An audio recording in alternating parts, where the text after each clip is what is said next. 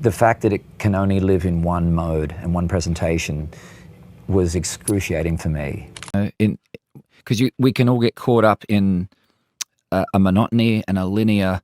Completely annoy the people around you by not knowing the words. It's perfect. This is your night. Imagine a life where the bright lights of fame hide a world of pain, where every song you sing carries the weight of a broken past. I'm allergic to it. Yeah. That's the only difference. If I wasn't allergic to it, I'd be drinking. Fair enough. But, you know, I break out in cuffs. That's the story of Keith Urban, a country music star who, at 57, has faced... Always smelled good. Always looked good. He's just a badass. He's cool as hell.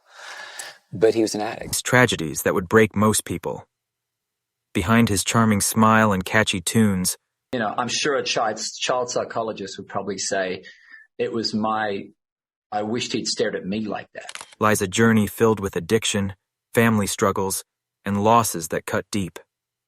This isn't just about a celebrity. It's about a man who fought through darkness to find light. Let's dive into Keith Urban's heartbreaking yet inspiring story, a tale of survival that's only now coming fully into view. Keith Urban was born on October 26, 1967, in Whangarei, New Zealand. He was the youngest of two boys in a middle-class family. When he was just 2 years old, his parents moved to Queensland, Australia, where they ran a small convenience store in a suburb called Caboolture. From the outside, it looked like a normal life, but inside the urban home, things were far from peaceful. Keith's father, Robert, had a serious problem with alcohol. His drinking often turned him angry and out of control, creating a home filled with tension. Keith once shared in an interview that his dad was cool and stylish, but his addiction made life at home chaotic. Growing up, Keith felt scared and insecure, like he was always walking on eggshells. The pain from those years stuck with him, shaping who he became. As a young boy, Keith found a way to escape the chaos: music. At 6 years old, he picked up a guitar and discovered it was his safe place. His father loved music too, which made things complicated. Keith admired his dad's artistic side, but was also hurt by his anger and addiction. He later said, "Every day, I see a bit of my dad in me," showing how much his father influenced him, for better and worse. The family home was a place of silence, tears, and fear, with Keith often retreating into himself to see hope. Music wasn't just a hobby, it was his lifeline, the one thing that kept him going through the hardest moments. Even as a kid, Keith showed incredible talent. By 1983, when he was just 15, he won a competition at the Tamworth Country Music Festival, a huge event in Australia. That same year, he performed on a TV show called Country Homestead, marking the start of his career. People saw him as a bright young star, but behind the scenes, he was carrying the weight of his troubled home life. The pressure and pain from his childhood made him quiet and shy, but they also gave him a drive to succeed. He wanted to prove he was more than his past. In 1990, Keith took a big step. He signed his first recording contract and started his music career for real. But it wasn't all smooth sailing. His band, called The Ranch, didn't do well, and Keith faced failure early on. The disappointment hit hard, especially since he was still dealing with the emotional scars from his childhood. On the outside, he was a rising star in Australia, but inside, he felt alone and burdened. Those early years were tough, but they taught Keith to keep pushing forward, no matter how hard things got. He knew that to make it, he'd have to leave his past behind and chase his dreams somewhere bigger. That somewhere was Nashville, Tennessee, the heart of country music.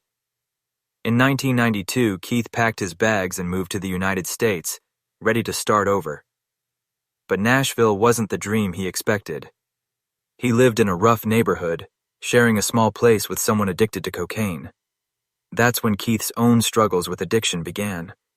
Surrounded by temptation and facing constant rejection in the music industry, he started using alcohol and drugs to cope. He later shared that he was turned down more than 10 times before finally signing with Capitol Records in 1999. The stress of trying to make it, chaos, combined with his painful past, pulled him into a dark spiral. He used cocaine and alcohol heavily, and his health, both mental and physical, started to fall apart. Keith's addiction led to some of his lowest moments. He went to rehab 3 times, first in 1998 at Cumberland Heights in Nashville, and later in 2006 at the Betty Ford Center in California. Each stay lasted 6 to 9 months, and each one was a battle to take back his life. Keith once admitted that his addiction caused huge problems, including hurting his new marriage. During those years, music was his anchor. Songs like You're Not My God in 2002 and Nobody Drinks Alone in 2004 came straight from his struggles. They were his way of facing the pain and keeping himself grounded. Even when he felt like giving up, Keith held on to music and the hope that he could change. Then came a turning point, meeting Nicole Kidman. In January 2005, Keith met the famous actress at an event in Los Angeles. They connected instantly, and by June 2006, they were married in a small ceremony in Sydney, Australia. But their happiness was tested early. Just months after their wedding, Keith's addiction flared up again. He started drinking and using cocaine, pulling away from Nicole in their new life together. Nicole saw the signs, mood swings, sleepless nights, and distance, and refused to let him slip away. She took a brave step, organizing an intervention with family and friends. That night in October 2006, they convinced Keith to go back to the Betty Ford Center. Nicole's support was everything. She put her acting career on hold, moved near the rehab center, and visited Keith often. She wrote him letters and brought their daughter to see him, reminding him what he was fighting for. Keith later said, 4 months into our marriage, I'm in rehab. That's love in action. Nicole stood by him, showing that real love means sticking together through the worst times. After 3 months of treatment, Keith came out stronger, ready to rebuild his life with his family. The couple's love grew then stronger. In 2008, they welcomed their daughter, Sunday Rose, and in 2010, their second daughter, Faith Margaret, was born through surrogacy. Keith was overjoyed, saying, I love having girls. In 2025, he shared a special moment when both daughters joined him on stage for the first time on Father's Day. It was a beautiful moment that showed how far their family had come. But even with these happy times, Keith faced more pain. In 2015, his father passed away from cancer. Losing the man who had caused so much hurt in his childhood left Keith with mixed feelings. At the funeral, he said, I'm grateful Dad isn't suffering anymore. In 2021, his tour manager and close friend, Randy Fletcher, died in an accident, and in 2024, Nicole's mother, Janelle Kidman, passed away. Each loss hit Keith hard, bringing back old memories and forcing him to face his grief. Music became Keith's way to heal. His song Break the Chain is all about letting go of the pain passed down through generations. He once said, grief comes in waves, and he learned to ride those waves by pouring his heart into his songs. Keith focused on his family, spending time with Nicole and their girls, and worked to stay balanced. He cut back on risky habits and cherished the small moments, like walks in the park or teaching his daughter's guitar. But in 2023, a new kind of challenge hit. False rumors spread online, claiming Keith had died. These fake stories popped up on social media, causing panic among his fans. Searches for Keith Urban dead spiked, and the lies spread like wildfire. Keith and his team quickly set the record straight, confirming he was alive and well. But the rumors hurt, especially for his family, who were already dealing with real losses. Keith chose not to fight the rumors head-on. Instead, he focused on his music and his loved ones, protecting his peace. He knew the real tragedy wasn't the fake news. It was the pain he'd already lived through, the wounds that never fully heal. In 2024, Keith came back stronger than ever with his album High. It sold 1,700 copies in its first week in the U.S. and climbed to number 38 on the Billboard 200. The album also won an award as the top-selling Australian country album in 2025. Keith hit the road with his High and Alive tour, playing 40 shows across North America and Australia. Big venues like the Inuit Dome in Los Angeles sold out, but Keith also played smaller stages to stay close to his fans. Every performance was full of energy, showing that at 57, he was still a force in music.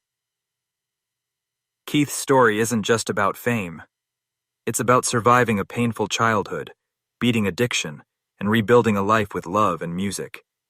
He's open about his struggles, sharing how music helped him separate the addict from the person he wanted to be. On social media, he posts about his family, like a Christmas photo with a simple message. From our family to you, blessings. Fans love him not just for his songs, but for how he inspires them. Many have shared how tracks like Break the Chain help them through their own tough times. Keith even works with groups like MusiCares, supporting people with addiction and mental health challenges. Behind the scenes, he listens to fans, crew members, and young artists, offering encouragement to anyone struggling. Family keeps Keith grounded. Despite his busy schedule, he makes time for Nicole and their daughters. Whether it's a quiet day at home or a family moment after a show, those times mean everything to him. Keith also plans to keep making music and sharing his story, showing others they can overcome their own battles. His life proves that even after the darkest moments, you can find light again. Keith Urban's journey is a powerful reminder that pain doesn't have to define you. Through music, love, and resilience, he turned his tragedies into a story of hope. If Keith's story touched you, share your thoughts in the comments below. Have you ever faced a tough time and found a way through? Let's inspire each other. And if you believe every struggle can lead to something beautiful, hit that like button, share this video, and subscribe to our channel for more stories about the strength behind the stars. Don't miss out. Join us for the next one.